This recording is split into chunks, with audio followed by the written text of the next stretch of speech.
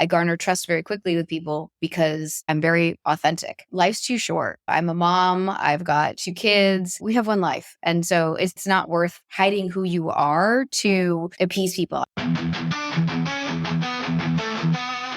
Welcome to another episode of Executives Unplugged, a show about leadership where we explore how to perform at your best, how to get the most out of your team, and how to stay sane and enjoy the ride. I'm Keith Cowing, executive coach to CEOs and product leaders. And on today's episode, I have the privilege of talking to Sarah Liebel, who is president and chief operating officer at Nayya. She is an entrepreneurial operator with a multidisciplinary background. She has run organizations from product to marketing to sales to operations, and she has helped multiple founders in the tech industry scale their companies from early growth stage through IPO. She has learned a lot along the way, and she shares much of that with us here on the show. We kicked off by talking about Paul Graham's essay on founder mode and when it's helpful for entrepreneurs or operators to get into the details and when it's not. Let's get started. Sarah, welcome to the show. Thank you for joining me. Thanks for having me. So excited to talk to you. We met 10 to 15 years ago when you're at Groupon and Corp Dev, and you've been through a lot in your career, seen some really interesting things, had some amazing leadership moments. One of the things we were talking about before we kicked off recording was this new founder mode discussion that's up and about, and it really points at some of the different aspects of leadership and how people think about it. You've got some strong opinions here. Maybe we just open it up there. What kind of chords did this strike with you? And how do you think about what makes an effective leader in a high growth environment? I have a very hard time with that article because I think it is a false framework. I think it's really about good leadership and bad leadership, or subpar leadership versus great leadership. I also think it is very isolating to the founder, and it neglects the concept of a team and a founding team. I've spent a lot of time talking to founders of late because what I do, I'm a multidisciplinary generalist. And so people bring me in because I can be an operator who can help them scale, but I also operate like a founder. And I'm really hands-on and I'm really passionate. I resonate emotionally more to a founder than I do to, this is 2 years of my life and I'm moving on, I'm going to flip this company. And one of the things that I've talked to a lot of founders about is there's people who you found a company and the point before scale could be 3 years. The journey of a company could be a lifetime or it could be 15 years. And so, that 0 to 3 being the isolating moment and then coming in for year 3, when you're at 5, 10, 20, 50, whatever, $1 million and taking that to a multi-billion-dollar company is kind of like founder phase 2.0 is how I've been thinking about it. And so I think it's kind of discrediting the fact that you still need to operate like a founder with that hustle, with that grind and that passion, because it's all about getting into the details. But I think the nuances is that with experience, you often know which details to dig into. And I find oftentimes in some camps, the extreme, if you were to say founder mode, where you're in the details of everything, you lose trust of your team who don't feel like they have any sense of empowerment or relationship with founder. On the flip side, you've got professionals coming in to scale a business who don't spend any time and they say, if you can't do your job, I'm just going to fire you and move on to the next because this isn't my job. I'm just a leader. I think there's somewhere in the middle is that happy space. What's really critical is this concept of accountability and being in the details enough to know what to hold people accountable for and how quickly to hold them accountable. And it's really critical to make sure that you're making the choice of not being in the details just to be in the details or not creating whiplash speed just to have speed. So I find, on one end, more experience of knowing which details are going to be the biggest levers for growth can come with more experience. Same thing from a speed point of view, knowing what is fast for the sake of fast and what is fast for because there's real macro impact that's requiring speed to market can come with experience. On the flip side, I've also seen operators where they are not in it enough and they are not passionate enough to get into those details, where they're delegating, where they're looking this as a 2-year stepping stone to either liquidity or to another position. So I see both sides of it. I think I would much more focus on the issues around like accountability and speed and getting into the details than putting it in I think, false framework of a founder mode versus a manager mode. A lot of what you're getting at is judgment of how do you make judgment about, assuming you're passionate and interested in getting into the details and able to. When do you do that? When do you not do that? And not all moments are created equal. I had an experience working at LinkedIn where Jeff Weiner was one of the best CEOs I've ever worked for. And he was not the founder. but he certainly acted like one, and Reid Hoffman treated him like one. And he was in the details. He really was, even when it became a public company. I remember one specific thing that he did that I found really useful is that he learned at a certain point in time that he would say something in the room and then he would leave. And all of a sudden people scurried and changed all their priorities because he just said something. Yeah. And he found out and was like, that's not what should Yeah. happen. You shouldn't have rechanged all your priorities just because I said something in the room. And so he went back, he actually wrote a blog post about it, talked to the whole company about it and said, okay, from now on, I'm going to be clear when I talk in a room. Most of the time, I'm just another opinion in the room. And you probably know more about your product and your details than I do. And it's your call. And I expect you to make the call. Take that input, but just as you would take anybody's input. And then there's another one that's a nudge where I think that this is the right direction, but it really is your call. And I truly trust you to make that call. And I want you to, and I want you to learn from it. And then the final one is executive mandate, where I do have that card and I have the right to play it. And I will occasionally, but only when I think I have unique context and perspective or experience. And there's really high value or risk or something happening where it's worth it. And that shouldn't happen most of the time, but it will. And I will tell you which one it is. And if I didn't and I forget, then it's your job and your responsibility to ask me and clarify. And that's how we're going to operate from now on. I think that really said a lot about leadership and judgment of being able to have a conversation to set expectations that I will be in the details, but not everywhere all the time. Yes. I love that. It resonates so much with me. I have a tendency, I know, as an operator, where I can speak with a feedback I've gotten from some colleagues in the past. I can speak with a lot of conviction and I can speak with a lot of confidence. And even as in a president role, I've been in the room and say something and all of a sudden roadmap gets changed. And so very similar to Jeff, what I do is I'm very clear about labeling. So when I'm in the room with colleagues, I always say I'm in curiosity mode or I'm in conviction mode. If I'm in conviction mode, that means I'm pushing for something. And then I think the step 3 on top of that is commander's intent mode. And so it's usually like curiosity, conviction, or commander's intent.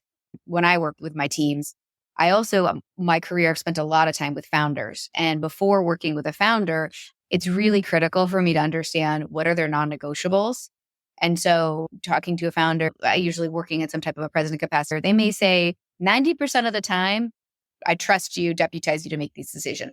This 10%, this is where I have commander's intent. This is where my focus is. But I think a lot of this is around exploring those expectations up front, labeling them when you're in the middle of conversation. Otherwise, you see whiplash, which is usually not the intent of either founder or manager. I love that framing, curiosity, conviction, commander's intent. I actually think it may help leaders that are taking on a really big challenge also just manage their inner feeling and dialogue as well, because there's this balance in leadership between conviction and humility. And it's really hard to balance both. How do you get people's respect if you don't have commander's intent at times? And how do you keep people engaged if you don't take their feedback at times? And just internally to be able to say, I'm still in curiosity mode. I don't have conviction because I don't have the context. When I have the context, I'll get conviction. And then when I really lean in, I'm going to be in commander's intent when I need to get stuff done. I love the way you frame that. Yeah. And I'd say, I think about things, to your point, you can't be in one mode all the time. That's where I see people fail completely and lose trust of an organization. I think about it in 2 ways. One, I am big into portfolio approach. So I think about what percentage of time, the same way founders will say with me, is 10, 15% of time, this is my ball, don't touch it. Or the rest of the time, here's how we think about expectations. So portfolio of how much time do I want to be in curiosity, conviction? What are the things that really matter, my non-negotiables? And then the other way I think about it sometimes is from a funnel point of view, but it's just about creating some process. And I think from the funnel point of view, it's really curiosity, top of funnel. When we start ideating as a team, it's like we are in curiosity mode. Let's explore every avenue so we can get to commit as we start moving further down that funnel. As we start to actually lay out what are those objectives, that's probably going to be more of a conviction mode. And then when we get to actually some of these KPIs or some of our key results, then if we have a disagreement, I might get into commander's intent and push forward. And do you share this with your team members? Let's say you're starting a new role and you're building that relationship. Have you shared this framework and do you talk to them about it? Or does that just come out in the way you behave? A little both. I'm open to flexibility in these frameworks. I feel like hindsight's always 20/20. It's always easier to come up with a framework as you reflect back as you're leading. Naturally. So sometimes that funnel may change where conviction may go further and further down the funnel. I definitely do upfront say to anyone I work with that I'm a Socratic learner and expect a lot of curiosity upfront. It's not undermining my expectations of you or the expertise that I think you bring to the role, because my leadership philosophy is hire the best people for the role who are experts in something I can't do. I'm a multidisciplinary leader. And so I know there's people who can do every part of an organization better than I can, but I'm going to ask them a ton of questions. My job is to be able to create the context alignment and accountability frameworks to make sure we're all rowing in the same boat and hitting our goals. So I label that part up front. And you've been through a lot of senior leadership roles, different contexts, different environments, different positions. I'd love to rewind a little bit. You cut your teeth in corp dev, which frequently means buying companies and acquiring, though it can mean many different things. I'd love to hear a little bit about what you learned there and how that has influenced your view on leadership and your personal leadership style today. Well, I think both my time at Groupon, which was, they started interning and working with that company in 2010, and they started in 2009. It was just growing so rapidly at the time, fastest growing company of all time, and working in corp dev were really the most formative pillars of my career and the way that shaped me as a leader and how I think. For corp dev, I'd say a couple things that it has transcended into how I lead. One, even though Groupon was in marketing, SMB space, we spent a lot of time looking at adjacencies of how we could expand, add synergies to the company, different business models. So it could be payments. There was point of sale systems we were looking at. We moved into e-commerce and then all the infrastructure around e-commerce. So it wasn't just buy another coupon company. And to be able to do that really fast, I had to ascend learning curves at a really, really quick speed. To be able to be in the room with folks like yourself who are experts and not know the space they were in and sound credible, you had to feel really confident and ascend the learning curve fast. And so that's something that's allowed me. I've taken that. I've worked in a wide variety of industries post Groupon, and people are always like, how do you move industry to industry? That was very formative to that. I'd say number two would be, it also taught me to make decisions with limited amounts of data.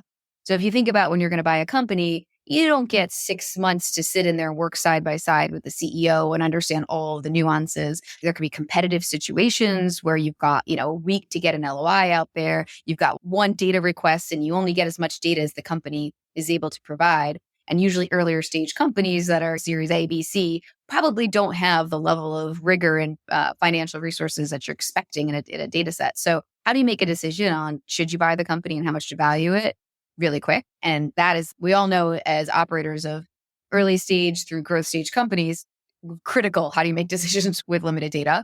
I was very fortunate to be able to see what great looks like. So in 2010, 2011, it was just the boom of so many remarkable e-commerce companies and social network companies that were happening that I got to meet with founders on day one, day two, the first weeks of their job and get to see those companies expand over time. So I saw how different teams were structured, what different leadership styles were, how people were measuring their businesses and KPIs and dashboards, or economic models. I was very fortunate to be surrounded by some phenomenal people and see what great looked like. And then lastly, as an operator, I've worked a lot with founders, and I can't think of a harder challenge to be able to gain the confidence, the respect and trust from a founder within a very short period of time is in corp dev. You're talking about the most sensitive moment for founders of, do I want to sell my company? Do I want to take investment from a corporate strategic? Do I just want to tell them about my business and that might be competitive? I don't know why they're calling me. And so, I was pretty green. I was just out of my MBA when I was doing this. And I think my amazing boss at the time, Jason Herenstein, he would give me feedback that my superpower was garnering trust very quickly with these founders who would be able to tell me a lot about their businesses, and we'd build a great relationship that maybe we didn't buy the company that year, but 3, 4, 5 years down the road, those companies would come back and have a strong relationship with Groupon. And that has paid forward as an operator, where if I want to work at some of the best companies and be a right hand to a founder, they've got to trust me with their baby. And I learned a lot about empathy for founders and what they're looking for in a partner.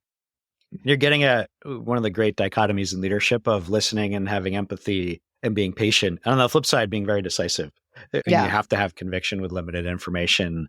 I'd love to hear on that decision-making process a little bit about how do you make decisions today, given what you learned then. When you have limited information, you have to make a call. It's going to be imperfect, but you have to move. How do you manage that psychology? How do you manage other people? How do you just get to a decision and move? Some of the principles that I have, one, really important that you share as much context about the decision, the information that you have at hand with the team that's involved in making that decision. With information comes ambiguity. And so I think that's a really important thing that a lot of employees need to understand and learn is they want to be in the room, they want the transparency, but that's going to come with that ambiguity. But I do try to involve people with as much context as possible upfront, caveating that there's going to be that. I think too, education wise was in computer science and sciences. And I'm a big believer in hypothesis testing, setting up micro goals. And you can do that from everything from, a hypothesis and a test. It's not just A/B testing and growth. I do it with sales organizations design. I do it with messaging. I do it with how you build a product. I think it's really important in that decision making. What is the smallest decision you can make today with the largest learning you can have as quick as possible? And then I think it's also really important to explore with your team, what's the downside? What is the worst that's going to happen once you set that up? So here's all the context. What's the quickest thing we can do? Learn the most information.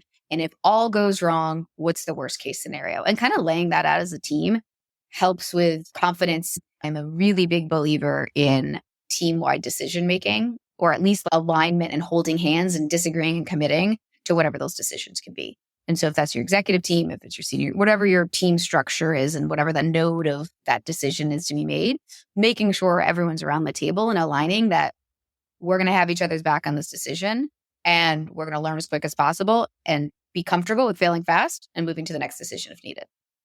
I really love that. I think a lot of people could learn from that. How do you coach people that are, let's say, a new director, have direct reports, trying to figure out how to get their conviction and their commander's intent mode, but go through that curiosity mode first, but maybe quickly so that they can make the decisions they need to make? What kind of coaching do you give people so they can develop that internal compass?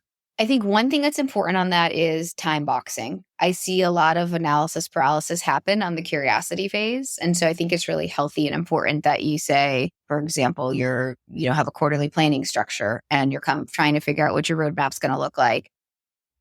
2 weeks, 4 weeks, whatever the time period is, come up with a plan for how that's going to work.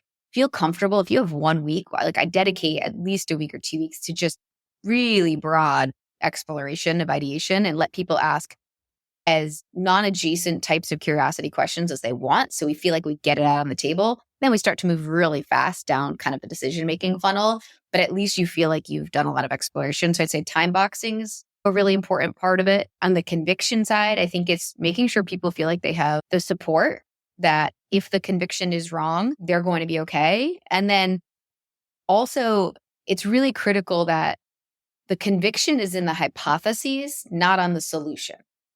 And I think that's very freeing. You can feel very confident to say, I believe, I'll give you an example, a better app.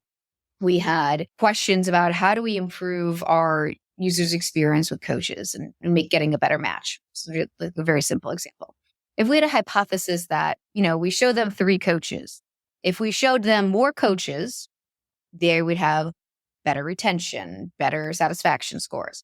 Someone else might have a hypothesis that it's about deeper profiles on the coaches that they're showing. It doesn't really matter to me which one is right or wrong because we really don't know consumer behavior at this point. What's important is as a team, we agree on the hypothesis to test. We size them and we figure out based on how much conviction we have and how much effort is in this potential hypothesis. Then we make the decision and we have a very clear time box of when we're going to decide, was this the right hypothesis or wrong? But I think freeing yourself of it's not about are you right or wrong in the solution? Or do you have conviction in what could be true on a hypothesis is the most important part. And it sounds like I'm hearing a few things in there where I love that you break out conviction in the hypothesis. Also sounds like you have conviction in the process of there's a funnel. You're actually stepping through the process. You're doing a week here. You're moving forward. So you're never moving backwards. You're always moving forward. And then eventually, I believe this was the right process. I believe this was the right hypotheses. I don't have conviction in the exact predictability of the outcome because you never do. That's okay. Right. But I believe we made the right bet and we'll see what happens. And then I'm comfortable with that. Exactly. And a lot of people don't have comfort with ambiguity, and ambiguity is hard. But I think breaking it down that way at least constrains the ambiguity to the outcome and not the process and the scientific method, if you will. Exactly. Because like I said, the biggest fault I see is when and this is manager founder as well, founder will move oftentimes. Manager side, where I see people just get paralyzed by fear of making the conviction in what the solution is going to be. And so it's really just about getting movement to get more data to get to the right solution. Right. I frequently find when we're making hard decisions, especially ones that impact other people in some way, we Yeah. overestimate the value of more time and we Mhm. underestimate the cost of delay. And time Absolutely. boxing it is a really nice tactic to be able to say, we need to move. We need enough information. We need enough rigor, but Yep. we have to move quickly because if we do that all the time, we're better off being really fast and 90% accurate. Absolutely. Yeah. And another buzzword du jour, right? In a world of Gen AI, there's so much pontification of how do we test this? What's going to happen with why?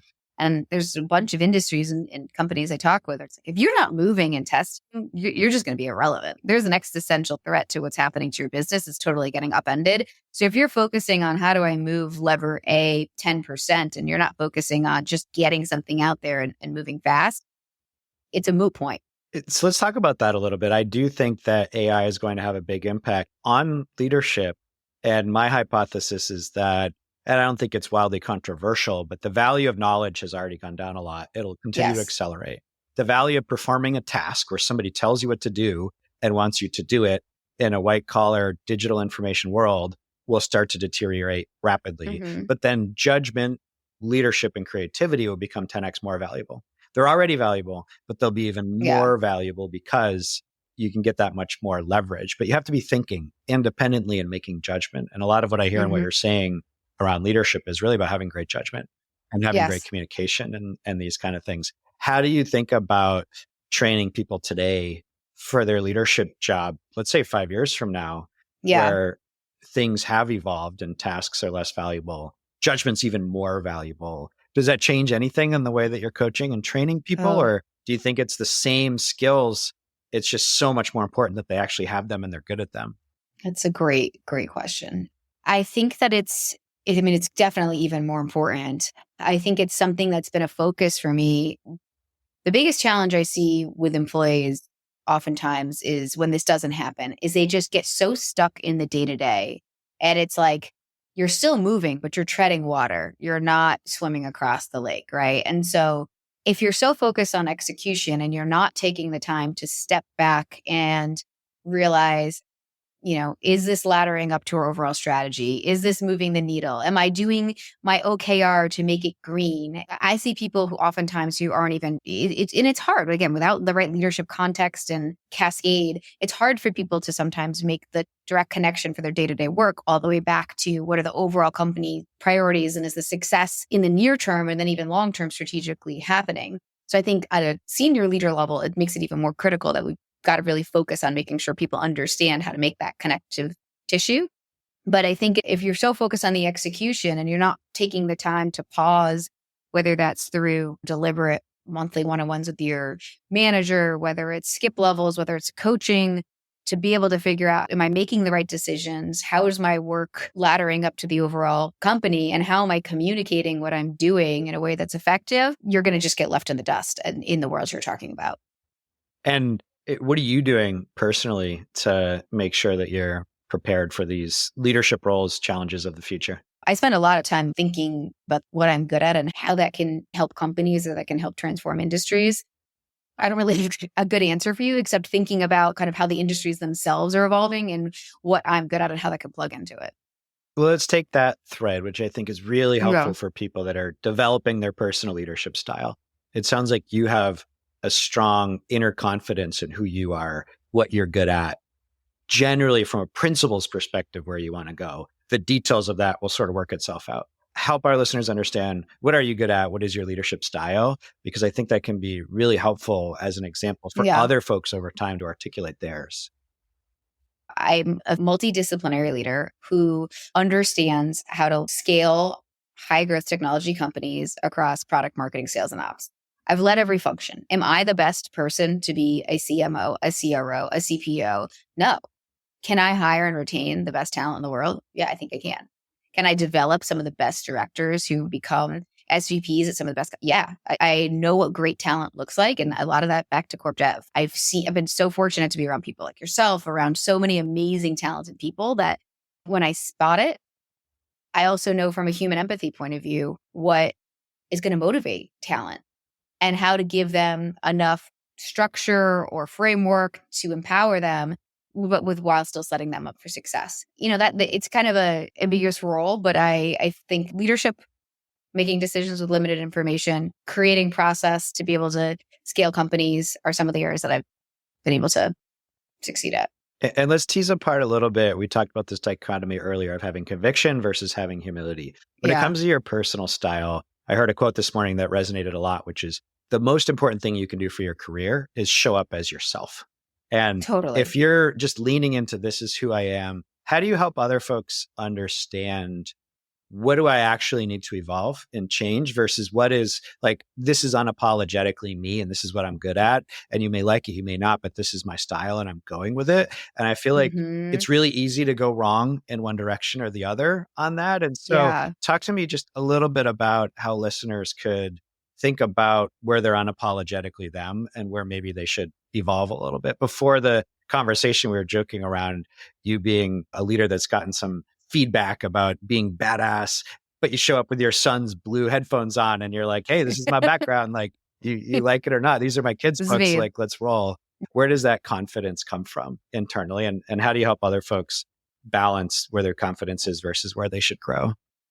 Yeah. I have no idea where the confidence comes from, but it didn't happen. Honestly, again, back to Groupon. I feel like until I was in that experience and I was around so many smart people who I read about on papers and they were their own authentic selves. I also found that when I talk about building trust with founders and that being pivotal to my earlier career in corp dev, that was because I was authentic. I find my leadership style, I garner trust very quickly with people because I'm very authentic.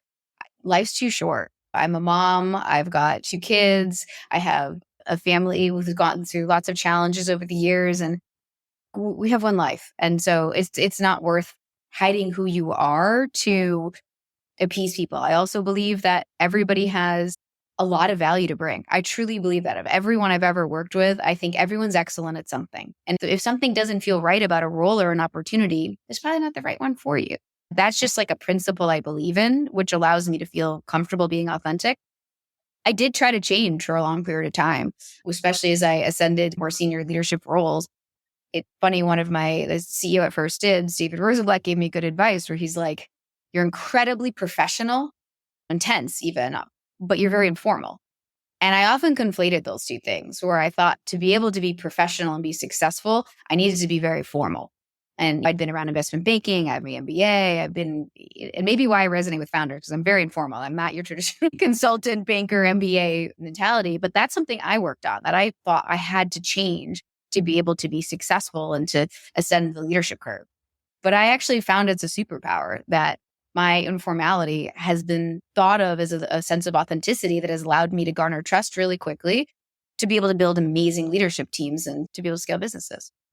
That resonates a lot with me, particularly that one liner having such a big impact. I think leaders maybe underestimate the value of that little piece of feedback they could give somebody. And when you see this in other folks, don't hold it back, share it with Yeah. them, because that can be gold for somebody else. I remember a business school professor, similarly, Risa Mish, told me one time, Keith, your superpower is building trust with people. Don't forget that, because that's really valuable. And everybody has their different styles.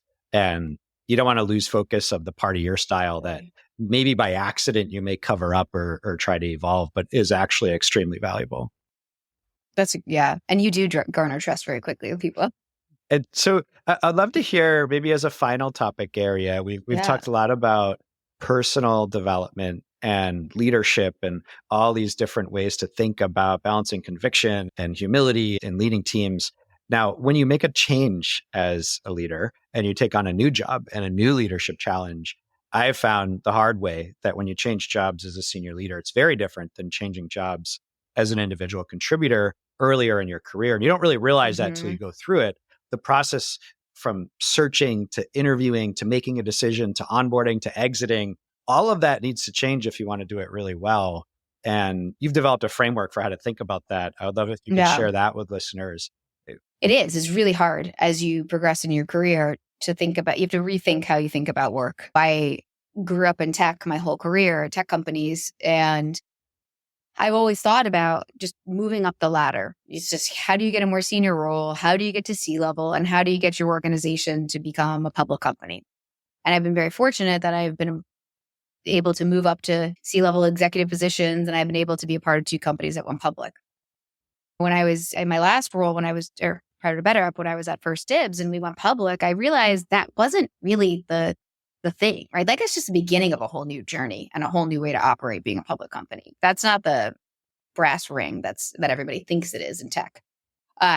So I've thought about it. And then I also realized that, especially for myself, where I'm this multidisciplinary leader who has run lots of functions, but it's not, hey, I'm going to go be the CFO. I'm going to go be this. That's not what's, the progression that I'm looking for. So I think about it less about title. I get a lot of questions from venture capitalists, from recruiters that would say, what stage do you want to work at? What role are you looking at? What industry? And I tell them that's irrelevant. So my framework, I love alliteration. So I force it into a 4 Ps framework. And I think about it as the problem, the product, the people, and then my personal ability to impact. So first, on the problem side, I need to work at a company where first, the problem's big. There's a really large market size. The total addressable market's massive. Is there real pain in this market? Is there a problem that has to be solved? Is the market crowded? You could use your B-School SWOT analysis. You could do whatever you want. But to me, however you get there, it's just, is this a real problem that is big and meaty and needs to get solved? And also under problem, nuance to me, I think about it as, is there purpose to it? I am at a point in my career, BetterUp was my real first foray to focusing on this. And where I'm at, what I'm looking at right now is I need to sit at the intersection of purpose and performance.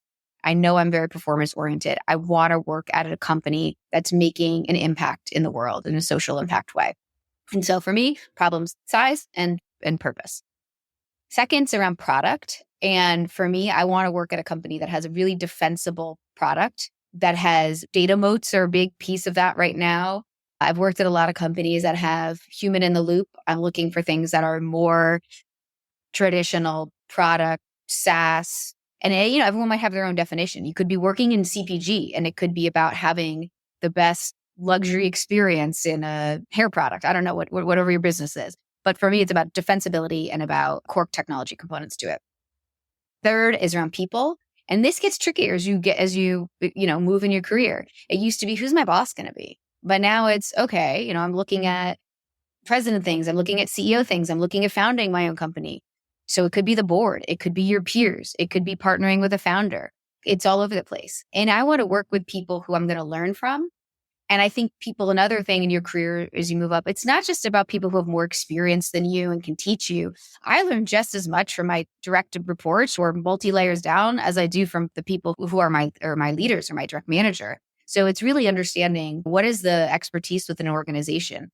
If you're at BetterUp, there are so many IO psychologists and people who are talking about behavioral science that I didn't know as much about. And I learned a ton there, and that was fascinating. Could be in insurance, and you could learn about a new industry. You get the point. So people, different levels, what are they bringing to the table? The other 2 parts of people for me, I love to mentor. I'm so blessed that I've worked with people who have phenomenal careers and who have taught me so much.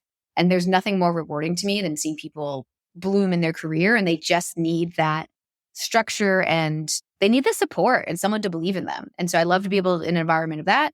And then lastly, you touched on this earlier in our call. I realize I want to have fun. I miss having fun. I worked remote for the last couple of years. I live in New York City. I want to enjoy New York City. I want to be able to be with people in my community, and I want to be in an office. And everyone has their own point of view on that. For me, I want to have office time. And then the last one, probably the most nuanced, which is around my personal ability to impact. I just squeezed the P in a little bit there. But my role is tricky. So for me, it's, where do people see that they're not going to pigeonhole me as just a sales leader or a marketing leader or a operations leader. They understand that my superpower is being able to think across various levers. And they look at me as truly a thought partner in building and scaling the company.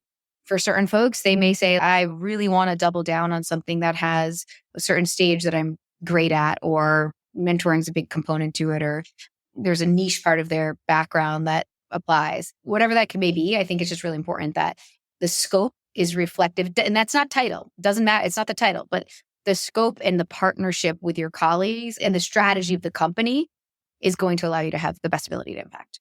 And what about when you actually make that transition? You're onboarding to a new position as a senior leader. What have you learned you need to do during that transition to make it successful for everybody? My team, my direct reports when I first went to BetterUp did something that I loved. They all sent me a one-pager of like ways of working with them. And I found it so helpful. It had personal anecdotes and it had things around, like I know I'm talking to a founder now. I'm a verbalizer, you can tell. I'm a verbal processor. I work with other people who are writers and they'll write you a 10-page email a night. If you don't know that about one another, talk about your question earlier about flexing your style for people. When should you or should you not? Somebody could be spending hours uncomfortably on Loom sending me a video, and I could be spending 10 hours on writing a memo that I could have just sent them a quick Loom for. So having that one-page memo was really helpful for me of what are your working styles? What are things to know about you? I need positive affirmation. I don't need positive affirmation. I like public setting, private settings. It was really useful. And that all comes back to communication again of this is me, Totally. This is who I am. I'm going to set expectations for your role, but here's expectations that you can know of me and how to interact with me and how to get the best or the worst out of me so you know up front, where predictability matters so much for leaders. So much. Sarah, I learn an incredible amount every time I talk to you and greatly appreciate you sharing your insights here on Executives Unplugged. Thanks for chatting with me. This was fun. If you enjoyed that episode, please share it with a friend or provide a 5-star review. I love helping people through their leadership journeys, and you can find more content from me at kc.coach. Until next time, enjoy the ride.